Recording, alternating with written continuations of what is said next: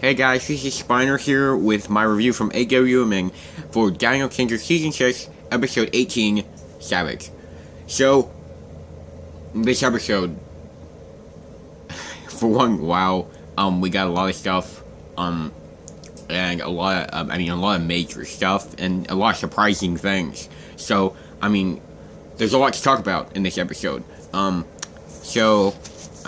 Just for starters, we had the final bit of Silence flashbacks in this episode.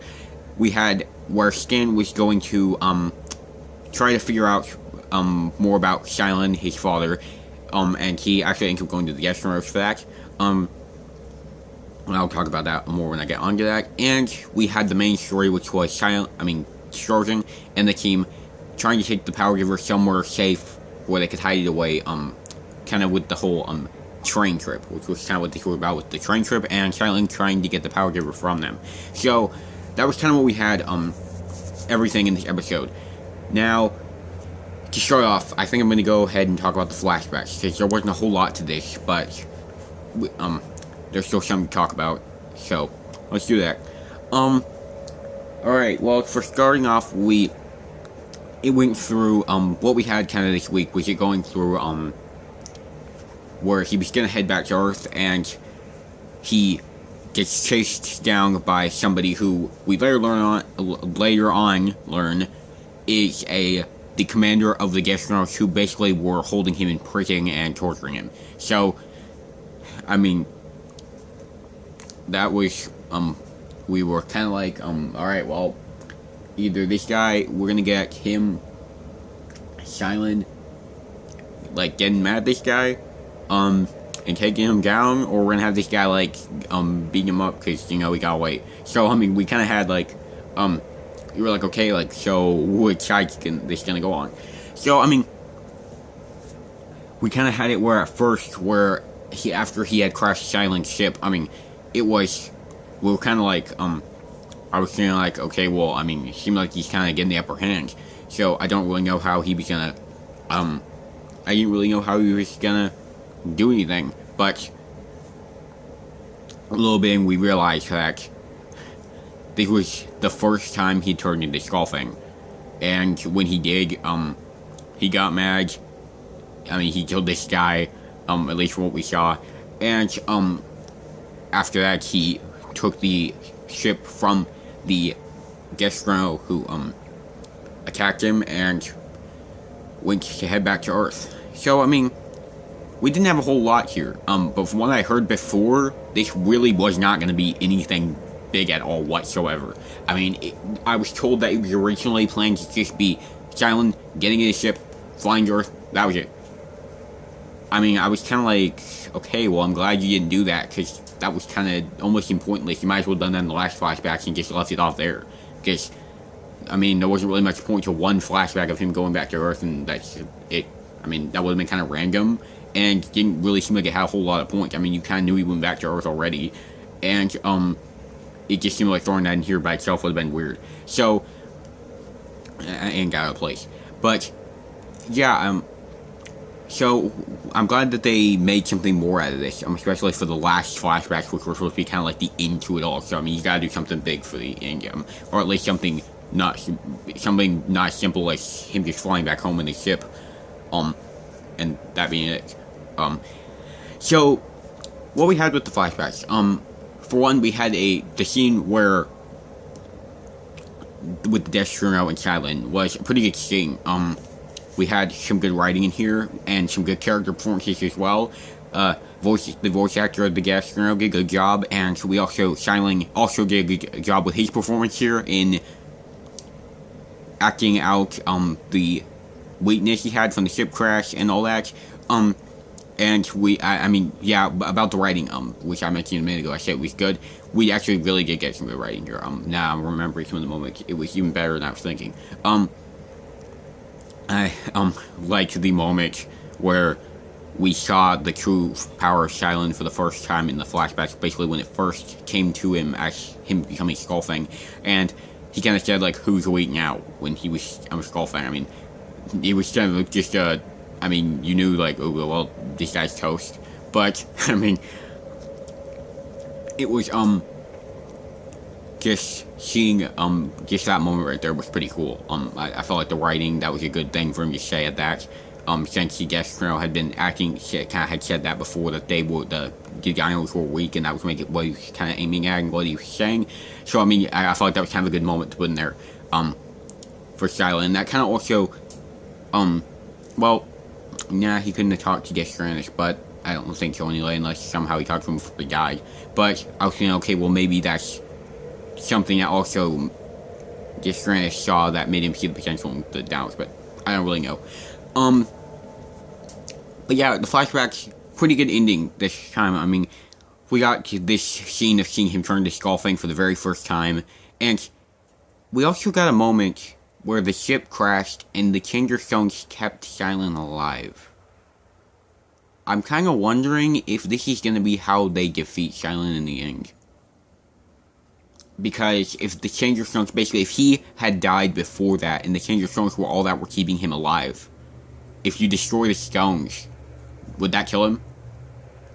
So, or I mean, at least cause him to die, gradually. So, I'm kind of wondering about that now. If that is going to be how Shuriken wanted to be stopping him. But in that case, he would have to end up basically killing him. So, I mean, I don't know. I mean, Shuriken might be willing to do that after what he's done. But, I don't know. We'll see. I guess that's open to the next 2 episodes. So, and the last 2 episodes, by the way. We're really getting far into this season. So yeah, overall flashbacks, some good writing in there, a pretty good ending to it, and I thought it was, nice to include some flashbacks. I thought they tied in pretty well, to the episode, the scenes where they had him in, and I liked it how they also tied him into the story with Stan, while, Destranus was telling Stan kind of what happened. I kind of liked it that we kind of tied that into the end of that story, kind of like he was telling him about that, because afterwards, we see, after we see the end of those flashbacks, we see, Destranus say, and that's, like, basically all I know. Kind of like, it was like he got to the end of the story, and kind of that was, like, how it ended for him, and that was kind of like all I knew about him. So, I mean, I kind of thought that was a good, way to edit that there, pretty good way to do it. So, yeah. Flashbacks were pretty good. I liked the editing of them, the writing was good, and some pretty good character performances. So, yeah, good flashbacks, especially for the end. I'm gonna miss them a little bit, though, honestly. Yeah, good story, good way to close it. So, anyways, moving on from that, we had Stan's side of the story, which I'm gonna go ahead and talk about now. So we had him at first kind of where he was, I mean, he hadn't talked to Silent or Alman or anybody. Nobody knew where he was. At the start, we even got a moment of Silent telling Alman to keep an eye out for his son, basically, and try to find him. So, I mean, nobody knew where he was after the events of the previous episode with him and Skyrush. So, I mean, we see him later on while he's sitting by himself, and he remembers when he was saying that he was gonna, Silent said that the plan was gonna be a father and son thing. And then we had him kind of gradually, throughout the episode, go to the guest chronos, and we learned also that Destranus, which I forgot to mention the last time I mentioned Destranus, when I said that whole thing about the tie into the flashbacks, Destranus is actually not dead. So fans, no reason to make theories on it. He's still alive. For those of you who have made theories, they're just completely out of the way now, so sorry about that. Sorry for wasting your time. Blame George Raven. So, yeah. But he's still alive, so he's actually not dead, so that's pretty cool. Kind of wonder if we'll ever see him again after this. Not in this season, of course, because I don't see why he would be, but kind of wonder if he'll be in any more episodes in any further seasons, when we see the aliens again. Since I have heard that there's going to be some of the whole aliens kind of thing in the next season, at least, I believe, so we'll see what happens with that, but, I mean, I'll definitely be up for seeing him again. But, oh yeah, I also thought this was going to be the last time we saw the guest chronos, in the show. I mean, the last time. I kind of thought the last time was going to be the finishing, scene of the guest chronos in the season, but, you know, we got to see him again in this episode, which was, pretty cool as well, especially with Destranus. But, yeah, so we had him go there, and he basically explains to Stan what happened. Some pretty good scenes here as well. Cool to see Destranus again, and some good performances again. I like Stan, as I always do. I like Stan, he kept up his performance with Skull Spine, and like what he said, he wasn't there to fight, but he's willing to. Totally Stan, totally Skull Spine moment. That was totally him. But yeah, so pretty interesting. With Skull Spine, Stan did a good job keeping up with his character. We got to see his turn again. That was pretty cool, and I was kind of interested to see where this was going to turn after he learned about what Shylin had done, and kind of what he was taking from it. What he was going to go back to Shylin for and tell him he lied about, because in the promo last week we had seen that he said, you lied to me, but we didn't exactly entirely know what he lied to him about. So, I mean, I was kind of curious to see what he took from the whole origin of Shylin and what he was going to say to his father. So, yeah, that leads me to the final moment of this story, which was totally unexpected. We had a moment where Stan came in rage, basically, because he had learned about what happened, and we realized it was because Stan, basically, we saw at the end of the flashback, which I forgot to mention. I actually forgot to mention this entire moment. For some reason I thought he only flew to Earth. Yeah, we saw him go back to Earth and see the newspaper of the Power Beast, so apparently he had arrived back on Earth in Season 1. So, I mean, he's been here for a while now. He's actually been here for 3 seasons of the show now, or 3.5. He's been in the show for a long time now, which we had no clue about. But that's probably because his character didn't actually exist at the time, because they hadn't made Silence Ray, but they hadn't actually, well, they had made Silence Ray for the past, but they hadn't decided that he was going to come back to Earth at that time, until Season 5, or while Season 4 was going. I mean, not Season 4. I mean, Season 5 was going. Yeah, no, he was in 4 seasons. I'm losing track of my seasons here. Yeah, so Shylin was doing 4.5 seasons, before we actually saw him in this one. But, yeah, I mean, that was kind of interesting. And also, we got to see him first meet Alman, which was also pretty interesting as well.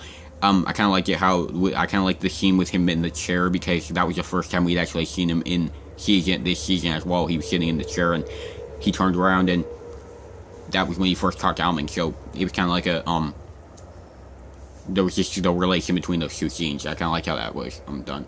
But, yeah, we had that, and I think that when he told him, basically when Stan had figured out how long he'd been on Earth, you did realize the fact that Stan had been turning in more and more into Skull Spine throughout Season 3 and the rest of the seasons, and Shylin hadn't even told him he was alive, or anything.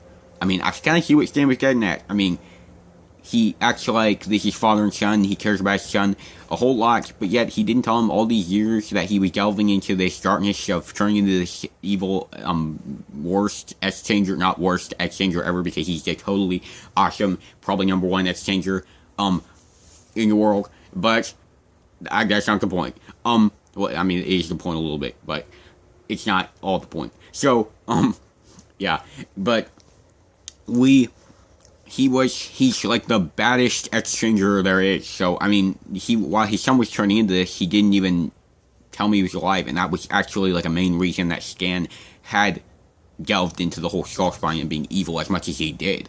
So, I can kind of get what he was meaning at a point, and we got some really good character performances here, amazing performances from the characters. You could tell all the emotions in Stan's voice when he was talking to him. You could tell Shylin that he knew what he had figured out, whether or not, I mean, he had told him everything. You could kind of tell what Stan knew, what he was getting at. So really good character performances here, and we got a really, really, really surprising moment I did not expect of Stan beating the living snot out of his father. Literally, if you see this thing, he was beating him up so much. But before people get confused who haven't seen the episode, no, he was not fighting him. Skullfang and Stan were not, Skullfang and Skullspine were not fighting each other. So basically, Skullspine was not more powerful than Skullfang and just whooping him. Because, I mean, if he could do that, Scourgeon probably could, and there would be no fight here. Silent probably wouldn't even still be here. So, he was letting him do it. Which I thought was a better choice to take, because I was almost kind of concerned that when he was doing it, when he started doing it, when he punched him the first time, I was kind of almost thinking that he was going to start, like, you know, get mad at him and kind of make him stop. And I was like, I don't know. I mean, Xiling acts like he cares about Skullfang, even if he didn't tell him all those years, which, I mean, would show that he was probably more delved into the plan of the Death Reaper and such. But I don't know, I just didn't really care for the idea that of Xiling, like, kind of making him stop beating him up because, like, they were getting mad at each other and kind of getting into a fight. I wasn't crazy about that kind of idea. So I'm really glad that they just stuck with kind of letting Xiling, letting him beat him up, because, I mean, it showed that Xiling still cared about him, even through what he was doing to him and what had happened. So, I mean, it still showed the father character in Xiling, even if he had made that mistake, and kind of ruined his son's life. Yeah, it's kind of a lot taken. Probably was a lot taken for him, but yeah, that was a really surprising moment, though. I totally didn't see that coming at all whatsoever. I would have never expected it. If somebody said Stan is gonna come in and get mad at Silent, and Silent's gonna beat the living snot out of him, I would have been like, dude, what are you talking about? I mean, I really didn't see it coming, and it was a surprising moment. And I'm hearing that I think this is gonna be pretty much the end of Stan's involvement. So I'm kind of wondering if he's gonna be in the show anymore. I don't really know. If he's gonna at all, he's done with Silent. We know that. But they've never really 100% confirmed he's not in this season anymore. So, I don't really know, but once again, that's something we'll see in these next 2 episodes. So, overall, Stan's side of the story, really good performances, from all the characters. Stan, Silent, amazing job. We got the guest roles, the voice actors, them, they did a good job. And the scene was really good. There was a lot of emotion to it, and it was, just a good moment. Not a good moment of him being of his father, but I mean, it was a good moment for the characters, as in the emotions and their performances and everything. So, yeah, I think that they did pretty well with this. The actors, writing, everything. This was also really good. A really good side of the story in this episode. So, I mean, I think that leads me on to the final thing in this episode, which was the whole train story of them trying to take the power giver somewhere to hide it from Silent, because it was the last thing he needs for his death webbing. So, we had them, it kind of started out with them boarding the train, and during the train scenes, for one, we had Silent kind of learn about the train. We told her, before the intro, we had seen him say to Almond he had a train to catch, and once again, like the thing with the Earthlings where he went to go get the spawner, we didn't know how in the world he knew about it, the train. I mean, I was thinking like, okay, Silent sidekick or something, but, I mean, we all knew he wasn't, but, I mean, you kind of almost question it sometimes. He has some kind of sidekick ability, because, I mean, that's almost what it seemed like. So, but we got an explanation for that, actually, in this episode, which I'll get onto, as I get further to the end of this story. But, yeah, so we had that kind of where Silent was basically going to get onto the train at one of the next stop. We had a moment where he talked to a guy, which was pretty good for, the kind of campaign thing again. We had, where the guy said he was in support with it. Good moment just in Silent's kind of business kind of side. That was a pretty good moment with characters right there, even if it wasn't anything big. Now, on the train trip, we had some really good scenes right here with the characters. I liked it that Blackstone talked to Strozen. I felt like that was good. I want to see more Blackstone talking to Strozen, because he used to be the mentor in the past, and granted, he can't be teaching him stuff like he used to, because Strozen knows a lot now, and probably maybe some stuff Blackstone doesn't know, but I want to see more of him talking to Strozen, because even if he can't train him, he can still guide him, and I feel like if they do that, he can kind of be almost what he was, or more of. Because every moment that happens, it kind of brings back the nostalgic feeling of when he was basically training Strozen and telling him how to use abilities. It just brings back kind of some of that feel, and I feel like if they made him kind of as a guide now, I feel like that'd be kind of better. Even though that is what Skyrus is, we didn't see any of him in this episode because he needed some time off after what happened in the last one. But I think that we should have Blackstone doing that more, and I really liked the moment we had with him and Strozen here. As well as the moment we got with Sarvik and Virulent. We also had a really good moment between them here too. I liked it a lot. It was, what they talked about and stuff, I really liked it. It was a really good character moment for both of them, and I liked the more of what the continued relationship between those two characters. I want to say something, but I mean, I'll just get onto it as I get closer to the end again. It's something still connected to that part of the story. But I liked the relationship kind of moment we had with them right here. I mean, even if that's not going to continue. Sorry for spoiling that a little bit, but I just need to say that. But yeah, I liked that moment too. And it definitely kind of aided in the shock of the something in the end. But yeah, so really good moments with the characters here. Blackstone and Stroking and Sharvik and Virulent really had two good character moments right here, and I really liked them. So those were really well done. Great actor performances, great writing. Really liked it. So moving on further, we had when Silent got onto the train. We had a really good moment right here too. When he talked to Stroking from behind the seat, it was telling him basically his assassins were coming. Which, by the way, we also had a moment with the assassins before, where we could tell that Dolan basically isn't really going on the terms of whoever's commanding him. He's kind of taking his own lead. Because we saw that he was, even though Silent told him to do that, he was like, okay, well, this is what I chose to do. I mean, so Dolan's being a little risky, in talking about kind of like that about Silent, because we know how dangerous Silent is. So, but he's just, I guess he's really getting into the whole assassin thing. But yeah, so we also had a pretty good moment right there with the lead assassin, and Dolan too, right there as well.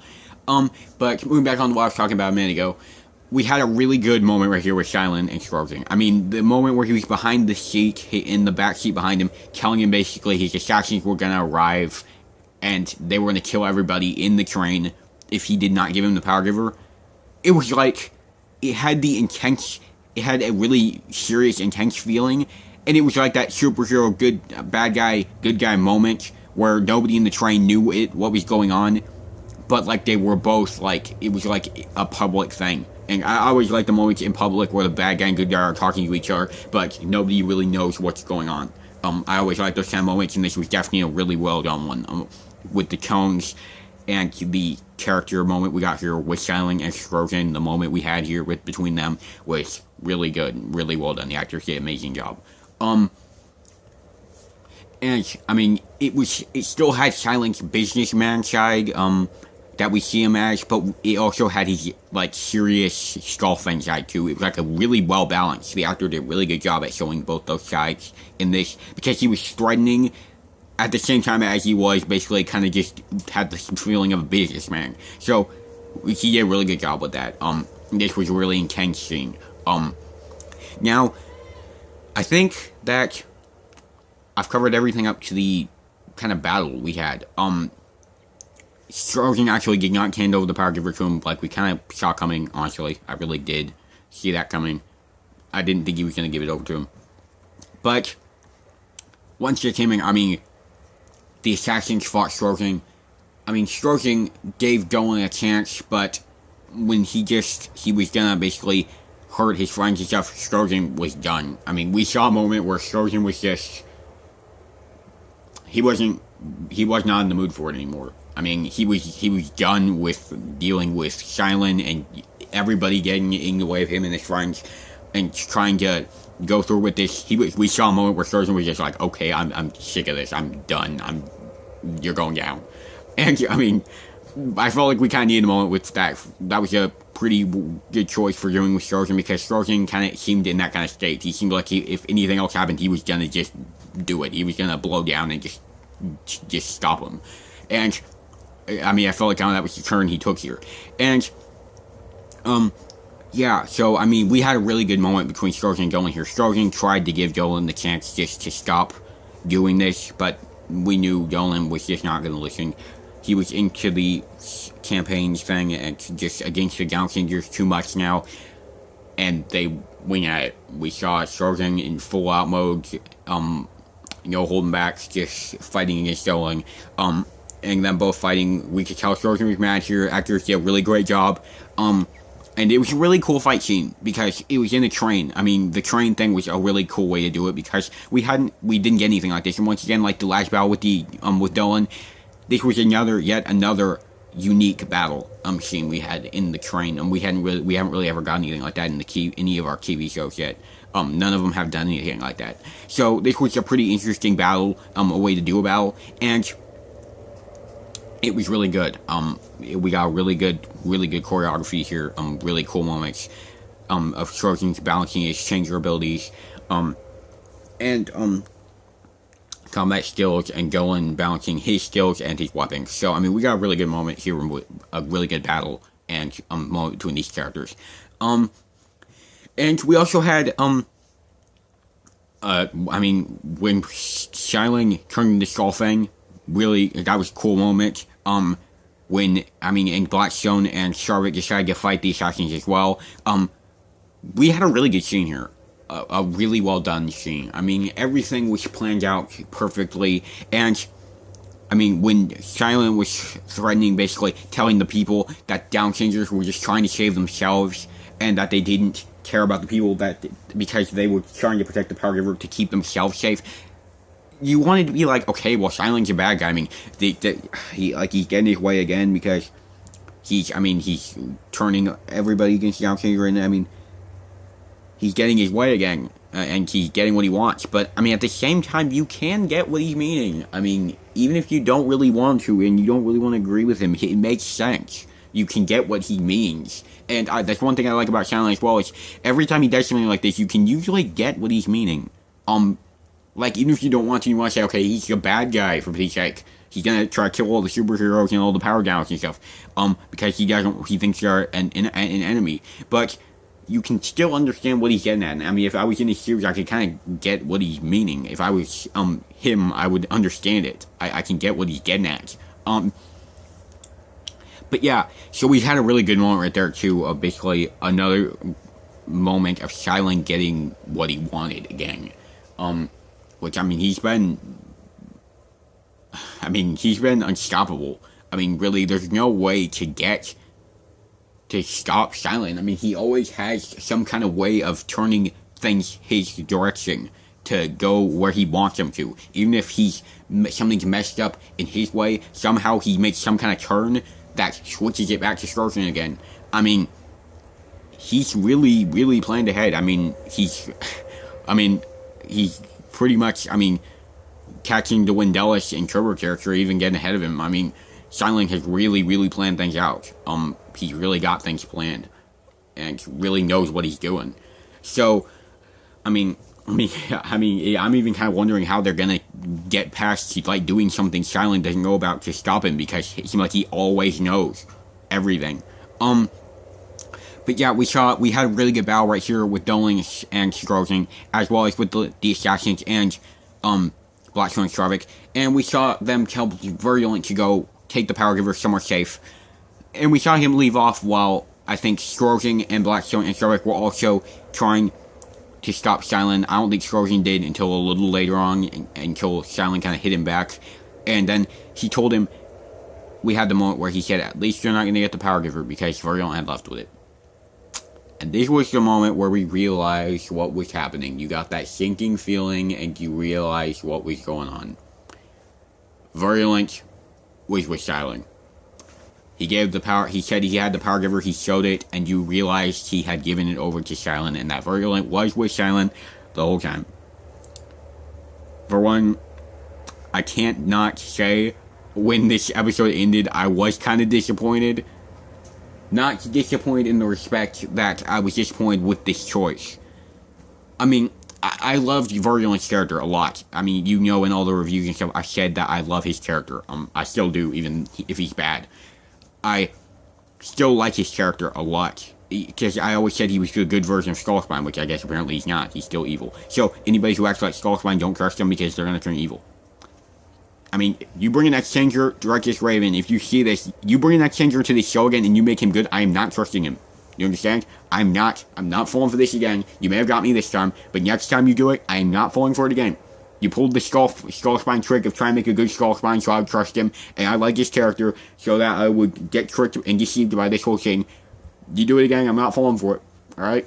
So, I mean, even if he looks like he's good and he seems perfectly fine, I'm not going to trust him until the end of the season, and the season is entirely over, and I know that he wasn't bad, because this made me entirely not be able to be sure who I can trust now, who joins Team Down Syndrome.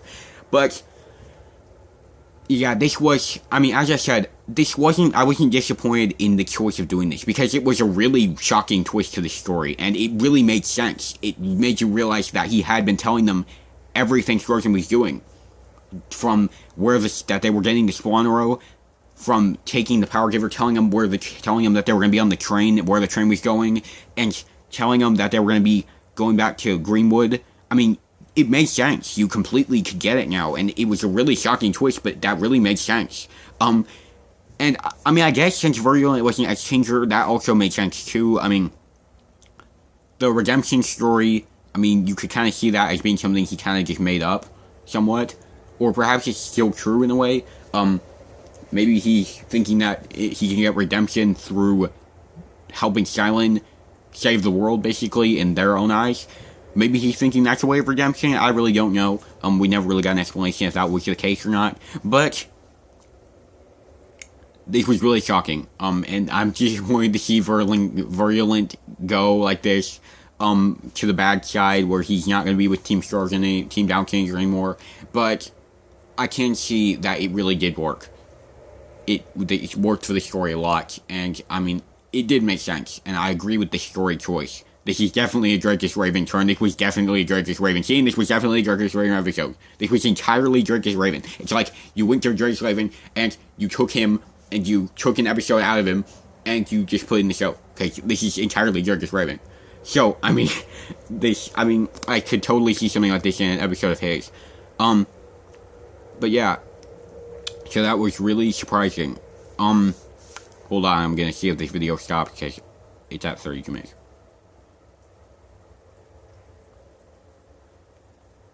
Okay, it didn't stop.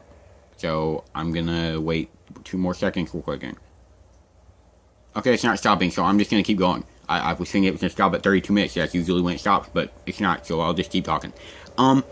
Alright, so really shocking twist right here. Really good turn for the story, and it really made sense, and it made you realize also how much Silent had really been getting into knowing about things, and how much he really had planned ahead of him.